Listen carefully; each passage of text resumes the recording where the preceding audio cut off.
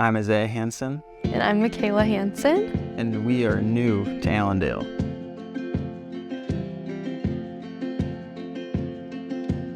I'm Mikayla Hansen. I grew up in a very great Christian home. I'm so fortunate to have parents who are so concerned about my relationship with Christ. I remember going to church every Sunday for as long as I can remember. I grew up praying very sincere prayers, and I knew who God was, but I didn't really understand what it means to be saved until I was about 7 years old. It was during Easter Sunday, and we were actually learning about the crucifixion of Jesus, and it went step by step on everything he went through. It seemed like a lot for a 7-year-old, but it was very important part of my story for how I became saved. I understood the depth of my sin and why I needed a Savior and all that Jesus did for me, and I knew then what it meant to be saved, and I accepted Jesus in my life. So this is a verse that was really important to me in my figuring out who Jesus was and why it was so important what he did for me. And this is Colossians 2:14. By canceling the record of debt that stood against us with its legal demands, this he set aside, nailing it to the cross. A few months later, I got baptized, and it was just so great. After that experience, we kind of moved to a different church, and I really was so mad at my parents that we moved. All my friends were there, but I didn't realize how important it would be until later in my life. A little later in life, I got into some not so good friend groups, and I was really just someone who wanted to be wanted. I felt very lonely when I was kind of at that down spiral. My pastor at my old church would always tell me, God convicts you and he kind of pricks your heart a little bit, and I just felt like a big prick, like, you're done, you gotta get out. And so I kind of just made my way back up, and I'm just so grateful for everyone God put in my life at that time to reach to where I am today. I grew up in Fremont, Michigan, about an hour away from here. My dad is a pastor at a Wesleyan church over there. Grew up in a very good Christian-based home. I'm the middle of 5 kids. So early on, I'd say a pretty strong Christian-based personnel.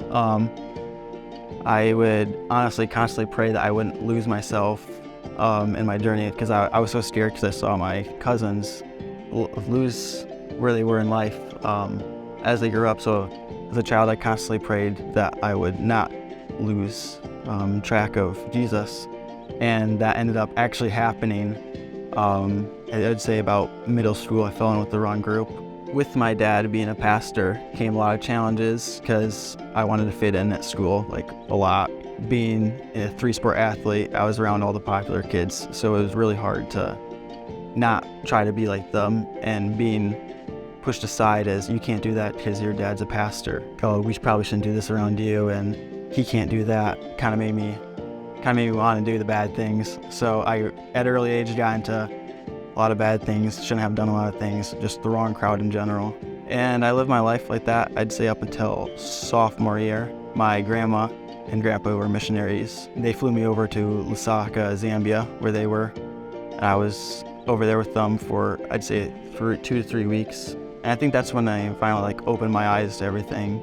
A pastor, I had no idea who he was, walked up to me one Sunday morning. I had no communication with him. My grandparents didn't tell him anything, and he put his hand on my shoulder and said, young man, you have a gift that the Lord has told me that you need to use. Right there, it was actually hard. I think I actually broke into tears right there, because I was so whoa, what the heck, caught up in the moment, you don't even know me. How do you know that? I think that was the big changing point. And then I looked at my life and I was like, if I have a big gift, why am I wasting it right now? Why can I not go out for Jesus? Those 3 weeks really pushed me to turn. So We were dating when I was over there, but when I flew back, I actually cut ties with everybody, my old friend groups, even her, for a time being. I was so heartbroken, little 15-year-old me. I didn't really understand it, but, that's kind of how God works, just kind of, you don't understand it till later on. Yeah, and I started turning my life towards Jesus and kind of working on my life. I just needed a break from everybody. It was kind of me, my little foxhole of Christian friends that I made that came from the Christian school. I think it was late junior year when I finally said, okay, I can get back on track with her. And I knew she was the one, so. We got married at Maranatha Bible Camp in September of 2022. Finding a church was a really big step for us.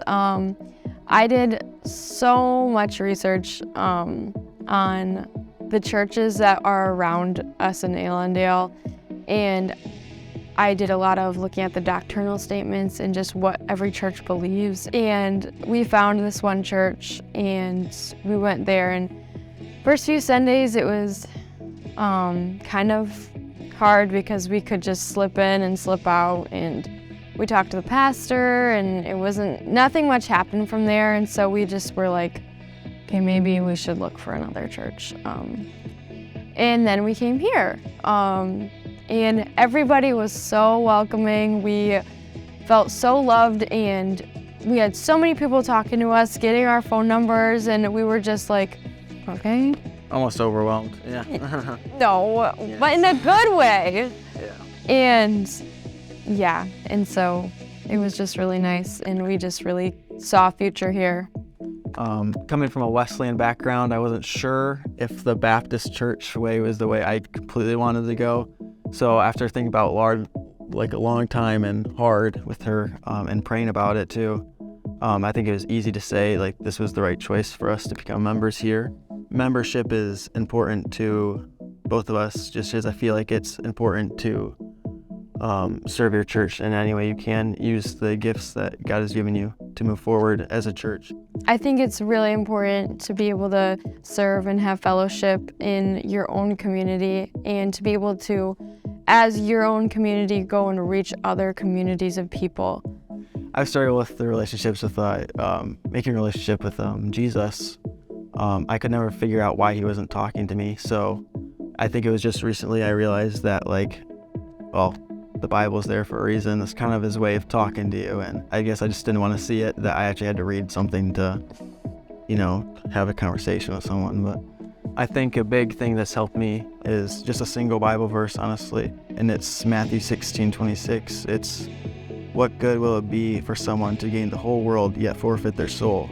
Or what can anyone give in exchange for their soul? That's helped me because I've always wanted to live by the world, but at the end of it, the world doesn't last. I'm working on trusting in the plan that God has for my life. I feel like it's so easy to just trust in your own plan, but I know his way is always better. He's transformed my desires to look like his. In the things I wanted once before, I don't want as much anymore. Jesus has changed my life by making me realize that it's not about staying with the herd, it's about being unique.